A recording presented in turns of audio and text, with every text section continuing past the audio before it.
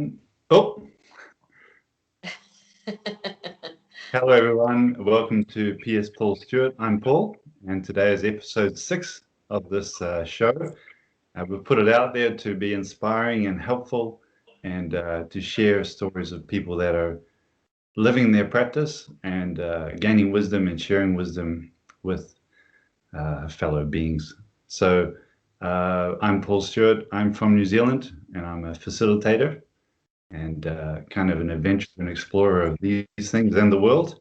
And it's my pleasure today to introduce May AlNajjar, originally from Kuwait. Welcome, May. Hello, Welcome. hi Paul. Nice to see you. Nice to see you again. Good to see you, and welcome on behalf of everyone that's going to view this now and in the future. So thanks for being here. Thank Yeah. you. May, tell us a bit about where you're from, Kuwait. Okay. So I'm from a small country called Kuwait. It's in the Gulf region. It's actually a small country, but I just moved from there to an even smaller country, to a little island. Kuwait is lovely. It's beautiful. The people are just so friendly. They're so smart, and it has a lot of non-Kuwaitis who live there too. So, I mean, it's a very open country in the sense that people are very open-minded. Yeah, I don't know what else to say. I love Yeah. it there. But recently, I've moved to this little island called Bahrain. Um, it's also another beautiful country. I moved mainly because of my son's education. So there's a really good school here in Bahrain for my son. And by good, I mean not so much focused on the regular mainstream of education. So no homeworks, no exams, no grading, no competition. And I felt that's a good environment for my son to grow up in. Mm. May, today we're going to focus on hearing about your pranic healing because you're quite well established and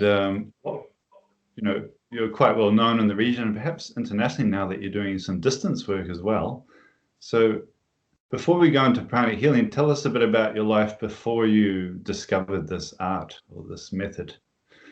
Well, I've always been interested in meditation ever since I was a young girl, a little girl.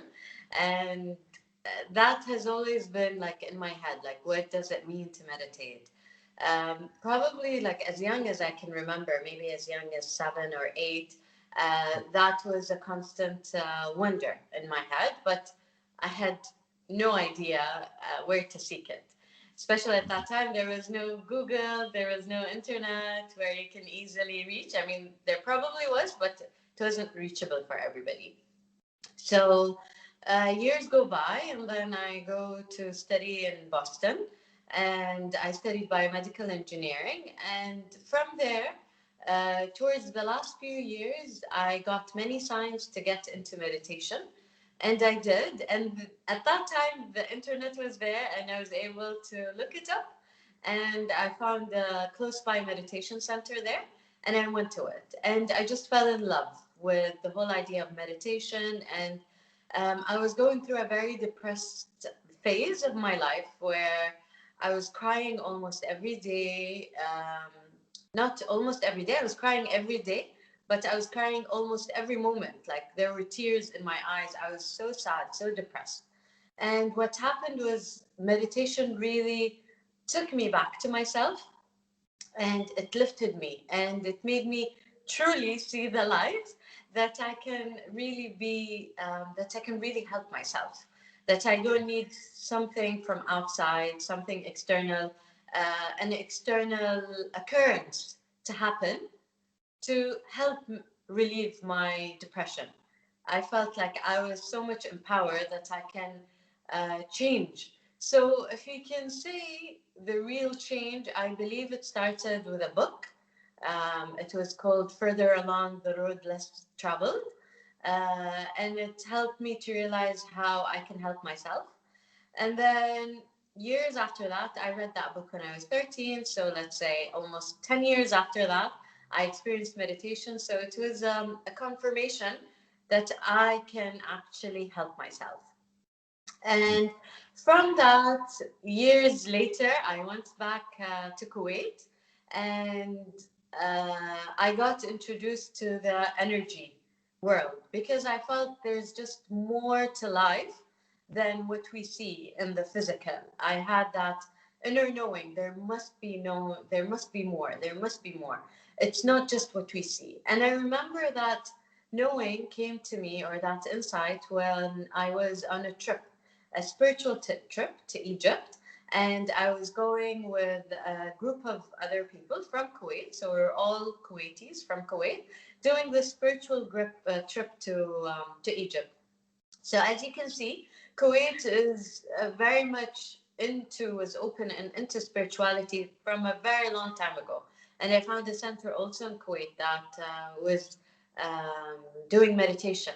So it was, I mean, the ground was already fertile, let's say, in Kuwait, and it was already ready. And it helped me to anchor the first experience of meditation that I had in Boston when I was studying. So that got me into it. And then immediately after that, I got introduced to pranic healing. So through pranic healing, I realized, yes, I can see now that there is more than what we see.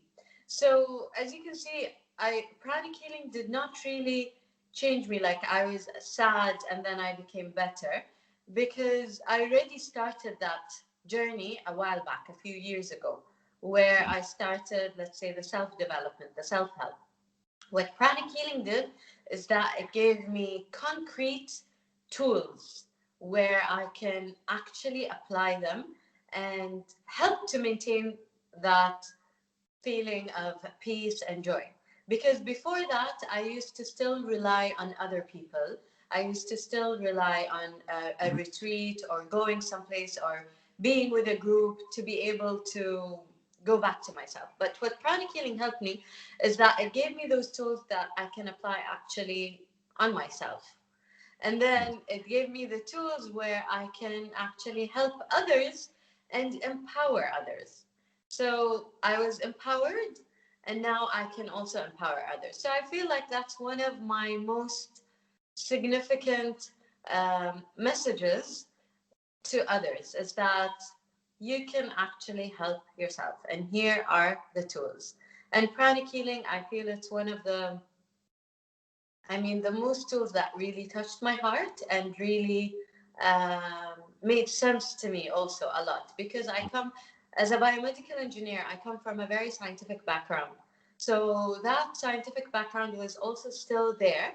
And knowing pranic healing was also very scientific. It was very methodological, very scientific. So that satisfied my logical mind and my scientific mind. So that's why I loved it. And then slowly, I started um, opening in Kuwait, bringing people, teaching, and building a center in Kuwait. It's quite interesting that it's quite wonderful how you had your sense of empowerment before you moved into a method. I think I think it seems that it's a very natural step for you. But Exactly. have you noticed the people you've worked with, as a facilitator even, or as a teacher, have you noticed that the order is different for different people? Yes, definitely. Usually with others, I notice the motives are different. For me, it came from uh, curiosity, wonder, wanting to know, and then having gone through the experience. So I didn't really seek it out of um, because I don't want to say the word desperation, but I didn't really seek it out of, like, I was sad and I needed that help. I sought it, and then by chance I discovered, oh, it can actually help me, you know? So, but for others, the way I see it is that usually they come from a place where they are upset, sad, they are angry, and usually it comes from they want something in life. So they either want a marriage, or they are married and they want a better marriage, or they want wealth and success. So Yes. usually people come, or from, of course, illness. Or So really? usually people come from these aspects. You know, Mm. it's rare that you see somebody who's actually coming out of wonder, curiosity, having an inner knowing that no, there must be more to life than just this. Usually they have that question, but after going through something traumatic in their life, like there must be more. There must be more. Yes. I suppose it's, in a way, it's a form of leadership that you actually did something very natural and then others can benefit from that in their own way. Wouldn't that be true? Isn't that quite wonderful leadership? It's true. That's very true. And that's how I loved how I started, because I was already, like, I already had an amazing job. My job paid so well. I was working in a hospital in an oil company. So they pay you very, very well. And I can see like my career really moving, because there weren't many biomedical engineers at the time. So let's say I was very successful at what I do before even going into pranic healing. So I went into pranic healing, I went into healing others, not out of wanting success or wanting money out of it, or wanting fame, or, you know, a lot of people go into this field because they also seek this. They want that leadership. Like, I have so many people who come, and even before taking any class, learning anything, they say, I want to be a teacher, before they even apply to themselves. So that's what I mean, I know I'm sounding like I'm bragging, but it's also a sign of self-confidence, you know, and a sign of self-love. Like, I loved how I started. I started very organically. You know, Yeah. it was like, oh, wow, this can help. Oh, wow, I can help myself. Oh, wow, I can help others too. Wow, I can alleviate the suffering of others. That was huge for me, alleviating the suffering of others. I did it for myself. It worked. I can help you too. So at the beginning, I wasn't really like, I was offering my services for free because I already had a good income. I didn't really need the money. Mm. But after a while, I felt like my job was not my. It was just not for me. You know, it was just like, I felt like, what am I doing at a desk? You know, I could be out and helping people. It's just it was not for me. I did not align with my job. Although I had amazing bosses, my boss was amazing. Everything was really good. It was like perfect, but it was just not for me. So I decided, like, I saved up some money and I decided to leave, to quit my job, and to focus completely on pranic healing, building pranic healing in Kuwait, doing all this work. Was that an easy transition? How did you work with it? I know that you built up your business very steadily and with a lot of love and Yes, it was, successful. alhamdulillah, I feel really, really blessed, because I feel like everything has come to me on a silver platter. Because at that time that I decided that I want to work, first I used to work from home, and then we decided to sell our home. So my mother already had, you can say, like a healing center, you know. She had a massage center, but massage, she was one of the first few people in Kuwait who had that. It wasn't just a massage, because at that time, during the early, not early 90s, but, you know, during 90s, mid 90s, there weren't any massage places in Kuwait. They were very rare. And what my mother did was, she brought massage, and it was massage, therapeutic massage. It wasn't just regular massage, it was therapeutic massage. So she already had that place already established. She had rooms, she had a secretary, there was a small hall. So I just started working from there. And she did not accept that I give her any amount of rent. So I was working rent free for a very long time, for many, many years, until I hammered her. She finally accepted to take rent. And even after that, like, we moved to another place, and even after that, There were problems with the place that we were renting, and they also did not take from us any rent because there were issues like legal issues. So they could not take from us any rent. So I feel like many of this things that happened in my life were also given to me on a silver platter. I felt that way because I feel like I don't know what you want to call it, the higher beings, God, source.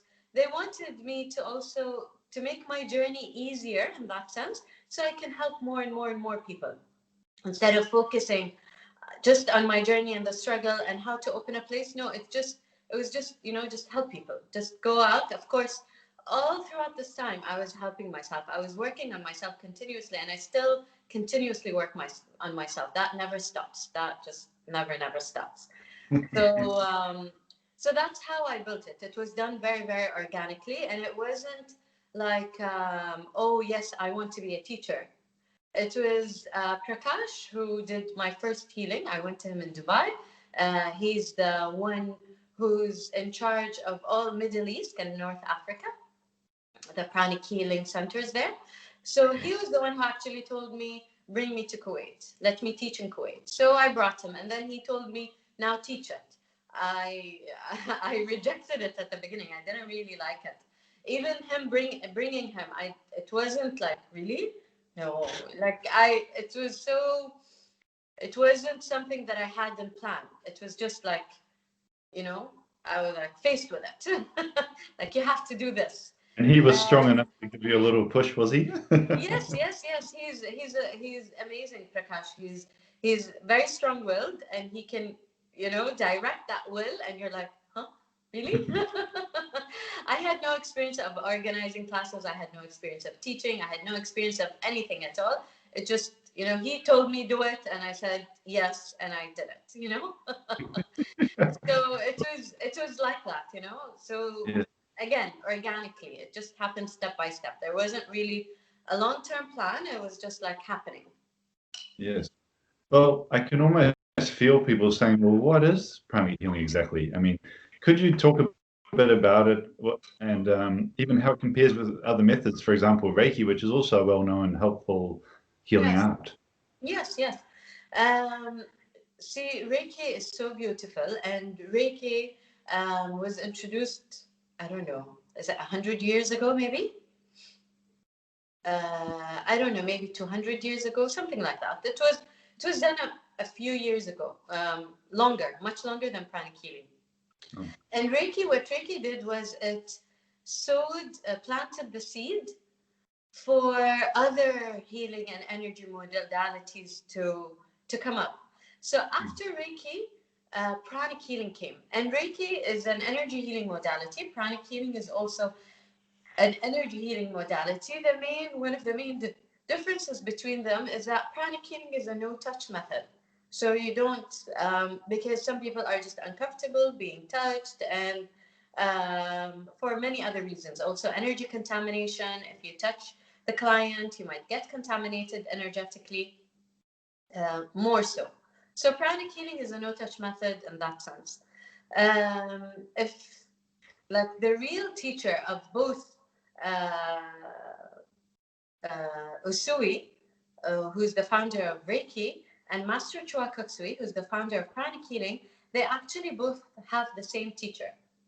So they stem from the same energy healing modality. So that's why they're so similar, but there are differences in the techniques.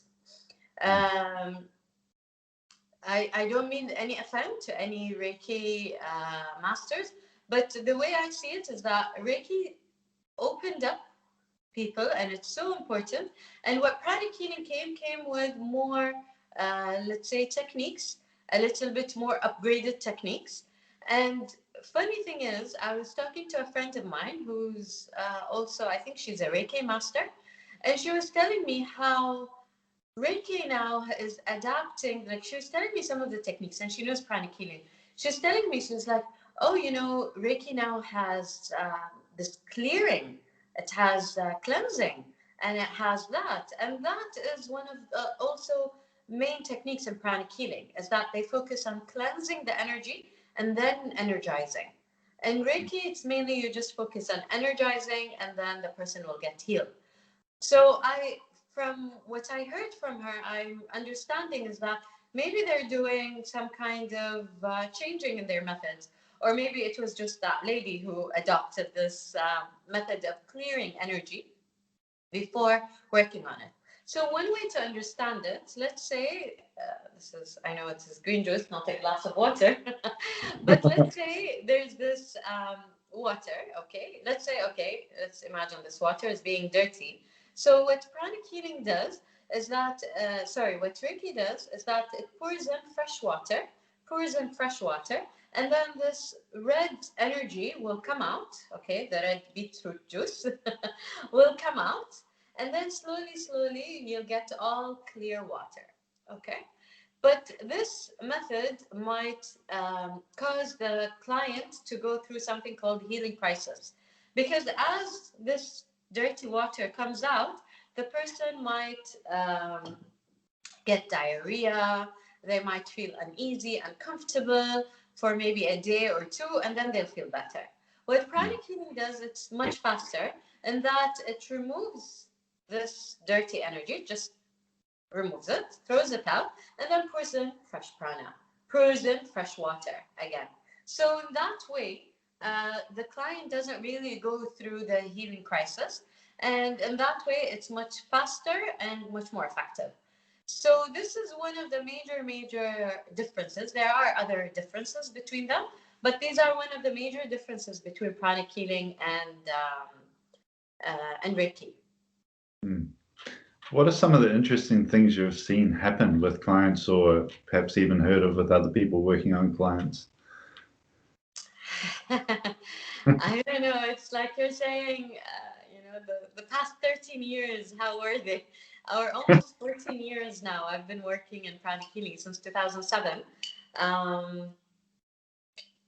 You must have seen so wonderful transformations, or people just... Yes. Usually, like the most dear cases to my heart are the ones you encounter at the very beginning.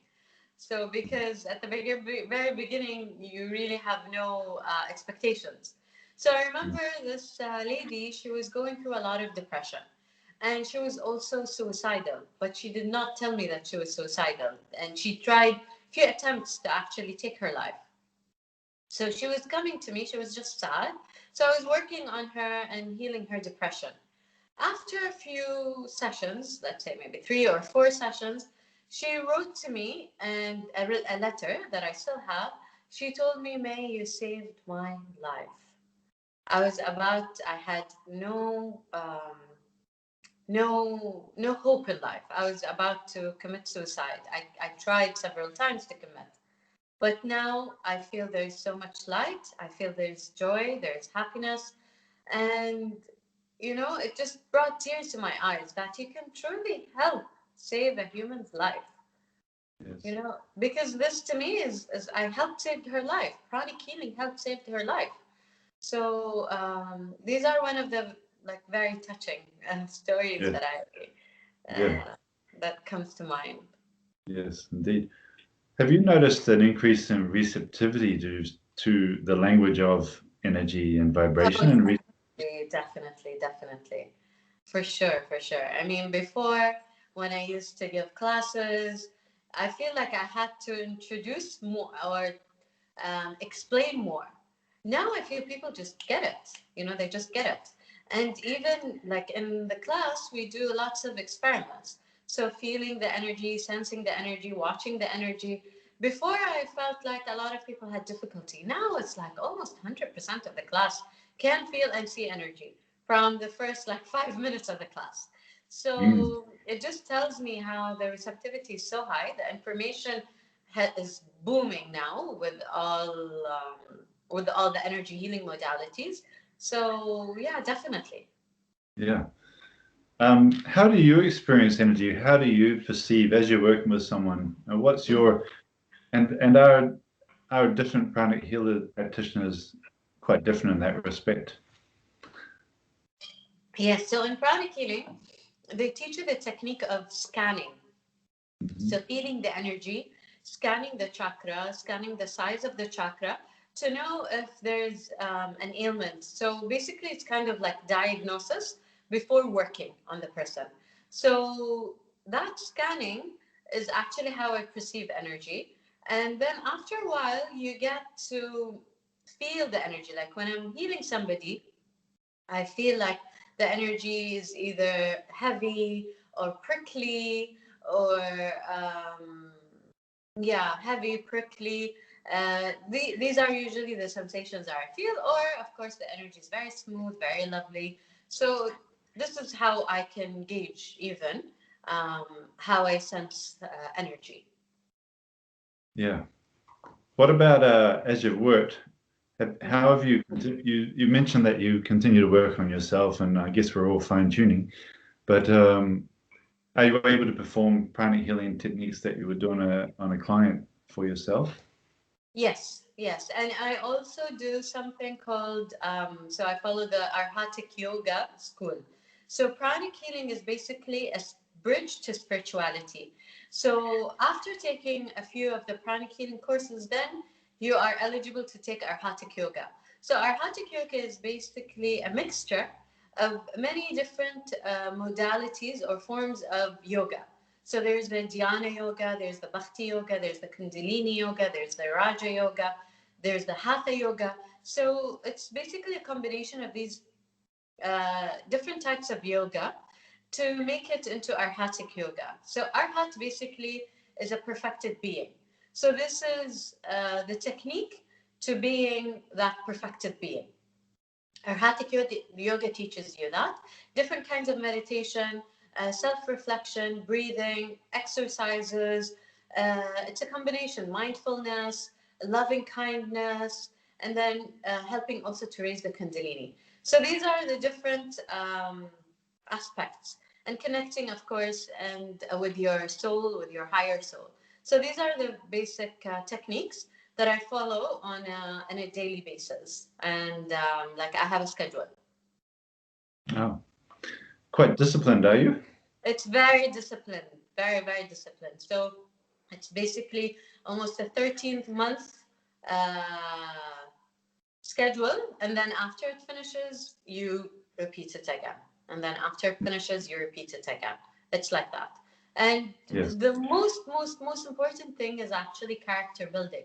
So it helps you to build your character, inner reflection, firm resolution, how to reflect on your day based on the virtue that you're working on.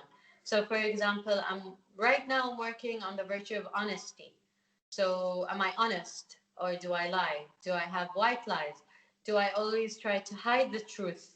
So, these are things that um, we follow, especially having a toddler at home. Sometimes it's easy for you to, say white lies. But that is just, I mean, I really monitor myself to tell him only the truth. And even people around him, sometimes people, they lie to children, to young children, and they consider it white lies. Like, for example, oh, you do like this, and I'll give you a sweet. Or, yeah, we'll do like this. And, they give them false promises. And I Mm. really, that is, I mean, even I see the nanny, sometimes she does that. And I tell her, will you really do that for him? She says, no, because I know she won't. It's like, don't lie. Tell him She's the taking truth. she's taking the sweets from your jar as well. Well, that is wonderful and such a discipline. But it makes me wonder about. I know you're offering quite a few courses. Have you got a particular favorite or ones you'd like to mention just for interest? Well, right now the courses are all online. Um, that's what I'm doing at the moment, and they basically they are for Arabic. They're all in Arabic language, but there are courses that are offered in English. So for somebody who wants an online course, they can easily get that, and also you can find the nearest pranic healing center to you, and they offer it. So there are now. So what I'm doing now, I'm doing a self pranic healing class. So basically, before the classes where you attend a physical class, you do experiments on each other and you learn how to heal yourself and others. But now, because of online, they developed this class where it's only self-healing. So you don't need others, because you can't make sure that the person will have a partner, and, not two people will know each other and they'll be together because of that. So they developed this self-pranic healing class where you can learn it at home. And this is what I'm offering tomorrow and after tomorrow, where you can learn it at home and you apply it to yourself. So you cleanse your energy centers, whatever ailment you have, be it headache, asthma, or any pains, any gastrointestinal problems. Now everybody wants to have better immunity, so you can even have a stronger immunity, more peace. So yes, this is what the class is offering at the moment. Wonderful. In the last several years, you've actually got married and started a family. How's it going? And how is your work Yes, return? I just celebrated my 10-year anniversary. Oh, congratulations. Thank you so much. Really, I feel like one of, people say like, what's your greatest achievement? I can easily say like the thousands of students that I've taught. But in reality, I feel my major achievement is my relationship with my husband. And even after 10 years, I still feel so much love, and we still have so much love for each other. And I feel our relationship is just going more and more and more. And why do I say it's an achievement? Because in relationships, you need to be a good, how do I say it? You need to have, let's say, a good energy buddy or a loving energy buddy to be able to attract a spouse, like attracts like. So this is why I see him in my life and our relationship as one of the greatest achievements, because I feel it's a direct reflection of the work that I've done on myself, and it's a direct reflection of the love that I've learned, and the love that I've there's a word that I'm trying to let's say, yes, the love that I've learned during the years in my self-development. So this is why I see him as one of my greatest achievements, our relationship as one of my greatest achievements. Yes. Being able to attract somebody like him. Yeah. Well, it seems like the practice that you choose to participate in well suited to the situation of a family, because other people present unexpected scenarios, so you get to practice, right? Yes.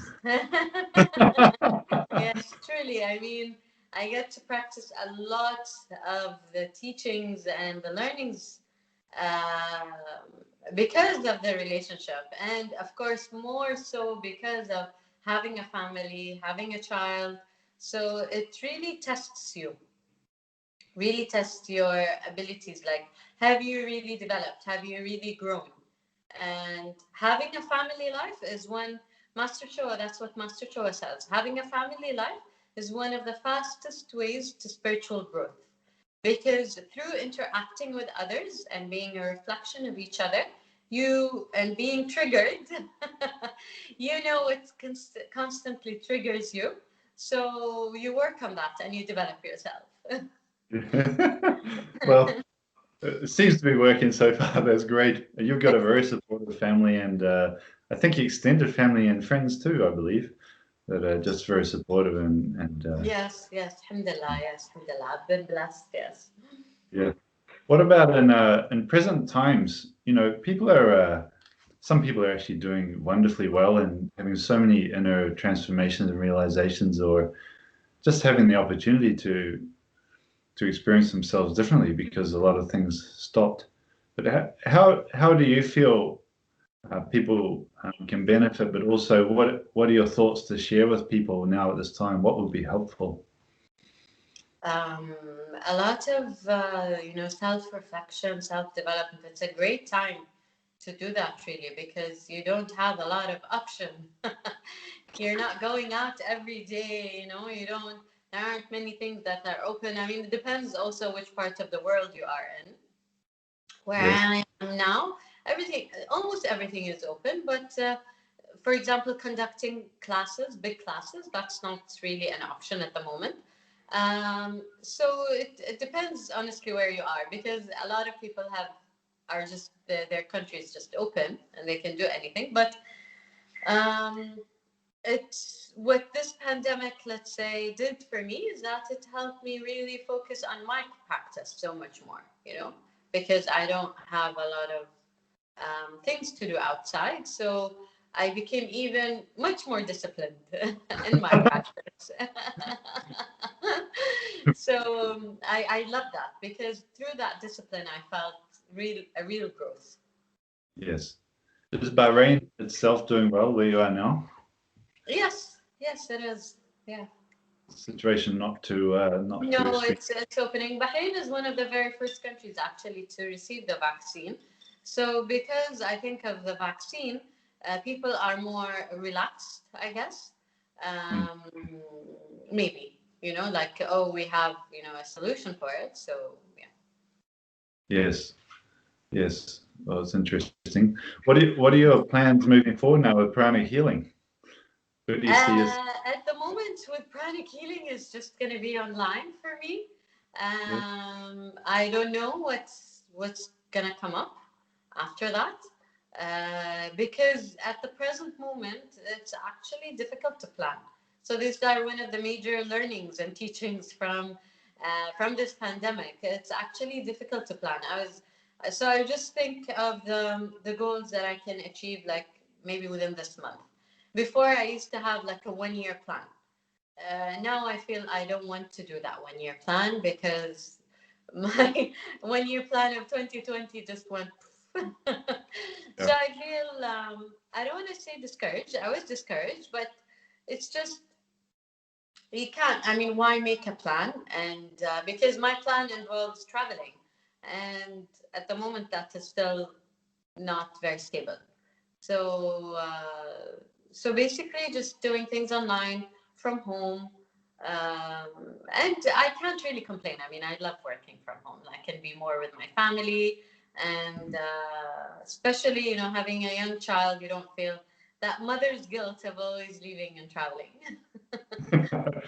Well, I'm glad you shared that so openly about the planning, because I think that makes a lot of sense to people, and perhaps for experiencing just that authentic being that doesn't need to actually try and plan everything that from the head, so to speak. And I suppose you didn't really on a conscious level plan finding meditation and pranic healing. Probably a natural unfoldment from A a natural high level. moment, yeah. It was Mm, like an inner knowing and inner curiosity. I wanted to yes. have, yes. Yeah. Well, May, I understand you're a very busy woman with all these disciplines and a family and a little boy just off to the left somewhere, I imagine.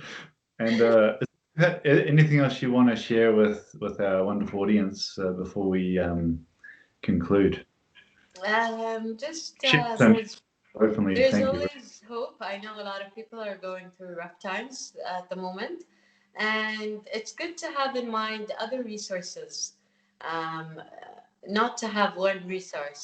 Resource, I mean, in different aspects of your life. Resource uh, for comfort, for love, resource for support, resource also financial resources, not to put it all in one place. And it doesn't also have to be money, like resources to have, a roof on top of your head, and resources for food.